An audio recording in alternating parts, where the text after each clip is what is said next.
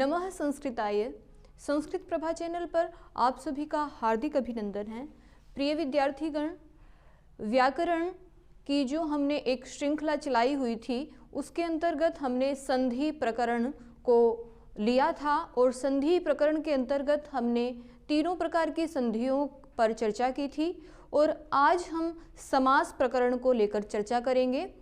सर्वप्रथम समास प्रकरण में हम समास किसे कहते हैं, समास शब्द में क्या धातु प्रत्यय है, किस प्रकार से समास शब्द बना है और समास विग्रह है या सामासिक पद किसे कहते हैं और ये कितने प्रकार का होता है, इन बातों के बारे में हम चर्चा करेंगे। उसके बाद उसके भेदों पर आएंगे। तो पहले हम देखते हैं कि समास किसे कहते हैं। समसनम समासः। समास किसको कहते हैं? संक्षेपीकरण को, किसी भी चीज को क्या करना, संक्षिप्त करना या उसको रूप को एक बड़ा रूप है तो उसको छोटे आकार में, छोटे रूप में प्रस्तुत करना क्या है? समास है, संक्षेपीकरण है। संक्षेपीकरण अर्थ क्या है संक्षेपीकरण का? समस्त पद को क्या करना? संक्षिप्त करना, छोटा करना, लघु करना संक्षेपीकरण है और वही समास कहलाता है। और जो आप समास की परिभाषा सुनते रहते हैं हिंदी विषय में और संस्कृत में, और समास जो एक अर्थ है समास का कि जब हम दो या दो से अधिक पदों को क्या करते हैं? संयुक्त करते हैं, इकट्ठा करते हैं, तो उसे क्या कहते हैं? समास कहते हैं। समास पद में जो प्रकृति अर्थात धातु है और प्रत्यय है वो क्या है?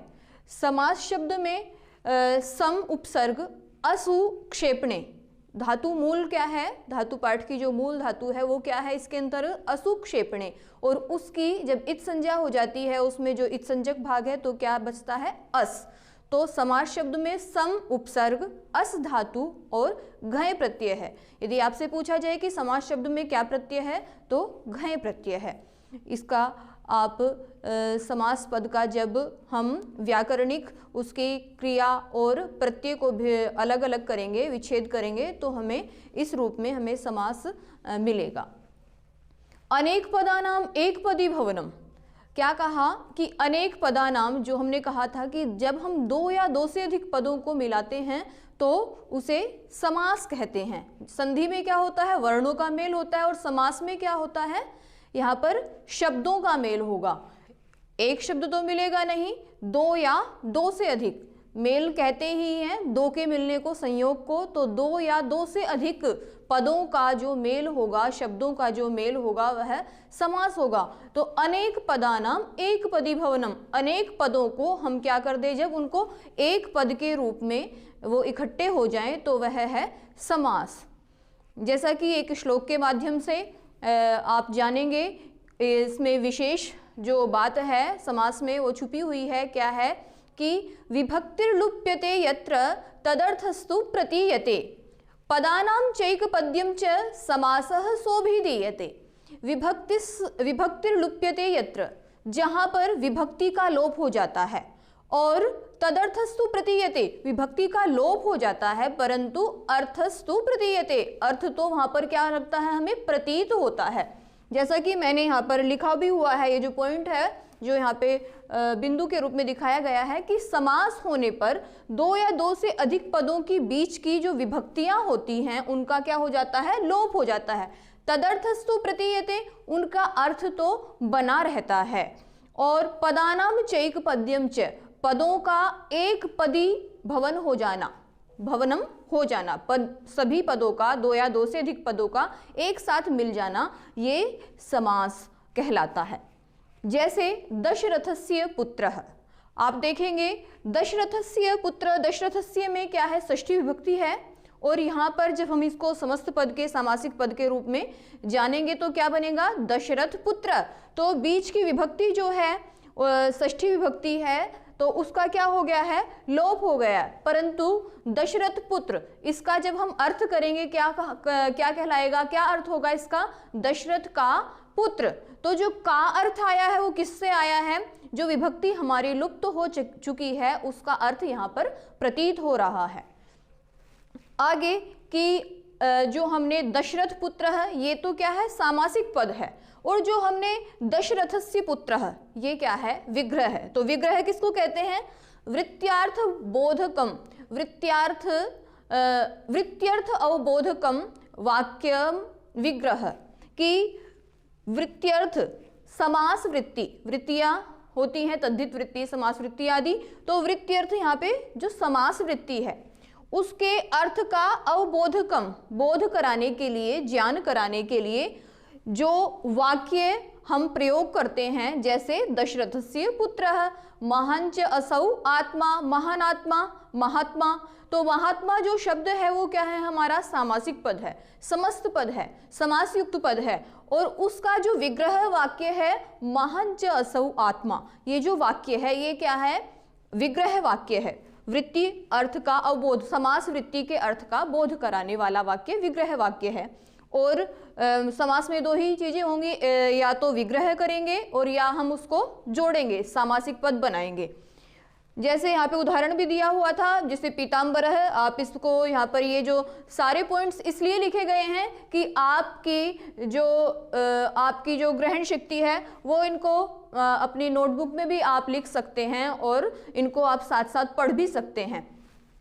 तो पीताम्बर है, इस सामासिक पद के अर्थ को बताने के लिए जो हम इसका विग्रह करेंगे, विग्रह क्या होगा, पीतम अंबरम यस्य सह, पीतम अंबरम यस्य सह, ये जो वाक्य है ये क्या है, पीताम्बरः का क्या है, विग्रह युक्त वाक्य है। तो इससे हम क्या जानेंगे, अर्थ को जानेंगे, समास वृत्ति के अर्थ को जानेंगे। आगे कि जो विग्रह होता है वह कितने प्रकार का होता है। जो विग्रह होता है वह दो प्रकार का होता है, एक तो होता है लौकिक विग्रह और दूसरा होता है अलौकिक विग्रह। लौकिक विग्रह जैसे कि आप नाम से ही लौकिक, जो लोक को समझने लायक हो, जिसे आसानी से लोग समझ सकें, लोक के समझने लायक जो विग्रह होगा वो क्या कहलाएगा, लौकिक विग्रह।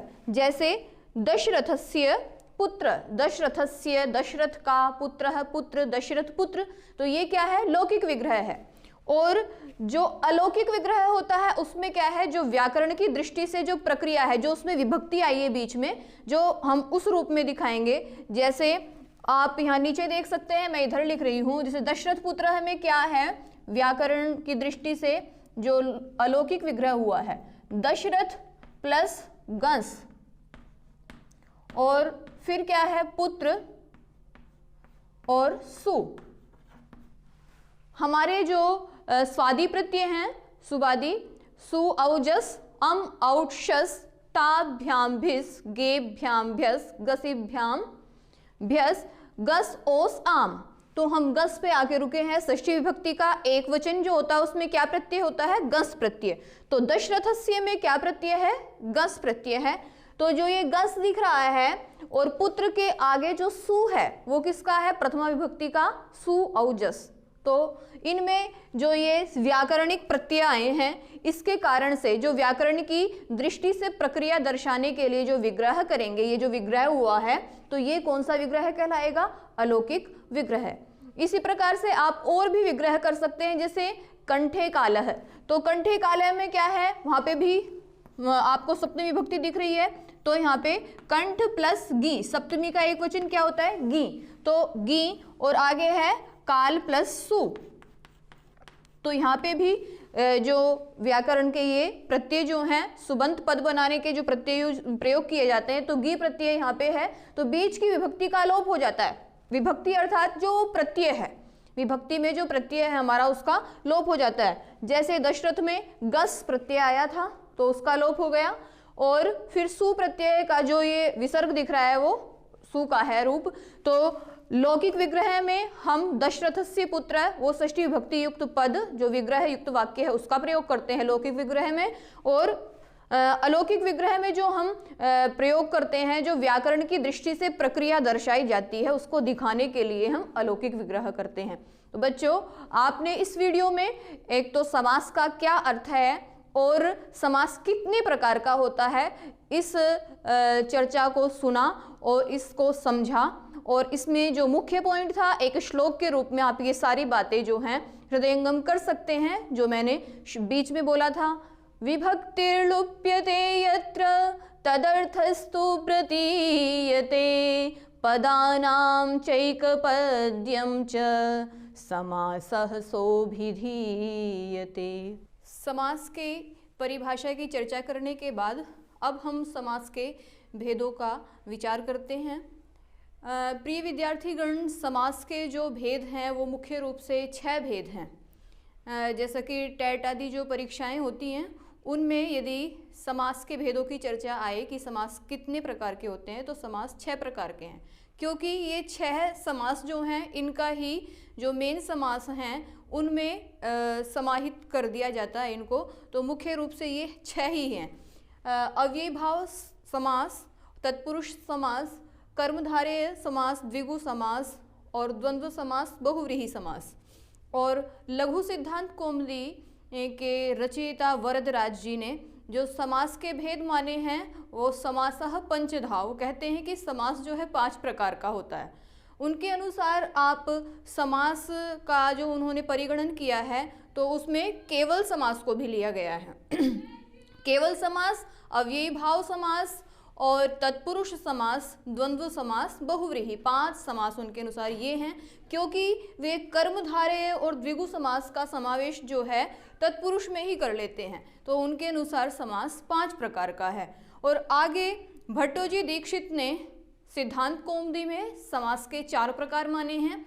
उनके अनुसार समास में जो तत्पुरुष समास का भेद है वह कर्मधारय है और कर्मधारय का भेद द्विगु है। तो ये तीनों समास एक श्रेणी में आ जाते हैं, भेद उपभेद हो गए हैं। तत्पुरुष का भेद कर्मधारय और कर्मधारय का भेद द्विगु समास, तो तीनों समास एक हो गया। और एक अव्ययीभाव 2 और द्वंद्व समास 3, बहुव्रीहि 4। उनके अनुसार समास 4 प्रकार का है। लेकिन हम जब समास की चर्चा करते हैं कि तत्पुरुष समास में क्या होता है और अव्ययीभाव जो समास हमारे 6 समास लिखे हुए हैं, तो वहाँ पर हम अलग अलग समास में इन 6 भेदों को लेते हैं। और जो ये हमने इनके भेद किए हैं भट्टोजी दीक्षित के अनुसार और वरदराज के अनुसार जो इन्होंने भेद माने हैं, उनका आपने देखा कि तत्पुरुष में ही कर्मधारय और द्विगु का समावेश अधिकतर विद्वान लोग मानते हैं। तो विभिन्न विद्वानों की जो मान्यता है उसके अनुसार जो है समास हमें मुख्य रूप से 5 प्रकार का मानना चाहिए। क्योंकि यहाँ पर केवल समास की चर्चा इन लोगों ने केवल लघु सिद्धांत कौमुदीकार जो वरदराज हैं उन्होंने समासः पंचधा कह करके वहाँ पे केवल समास को लिया है। तो जो टेट आदि में आता है वो 6 प्रकार का हम समास लेंगे और जो विभिन्न विद्वानों के मत हैं उनके अनुसार समास 5 प्रकार का है। केवल समास, अव्ययीभाव समास, तत्पुरुष समास, द्वंद्व समास, बहुव्रीहि समास, क्योंकि वे लोग भी तत्पुरुष के अंतर्गत ही कर्मधारय और द्विगु समास को मानते हैं। तो उन सभी के अनुसार जो है समास 5 प्रकार का हुआ। केवल समास को ले लेंगे तो ये 5 प्रकार का, इन तीनों को एक ही कैटेगरी में रखेंगे तो समास कुल विभिन्न विद्वानों की मान्यता के अनुसार 5 प्रकार का होता है।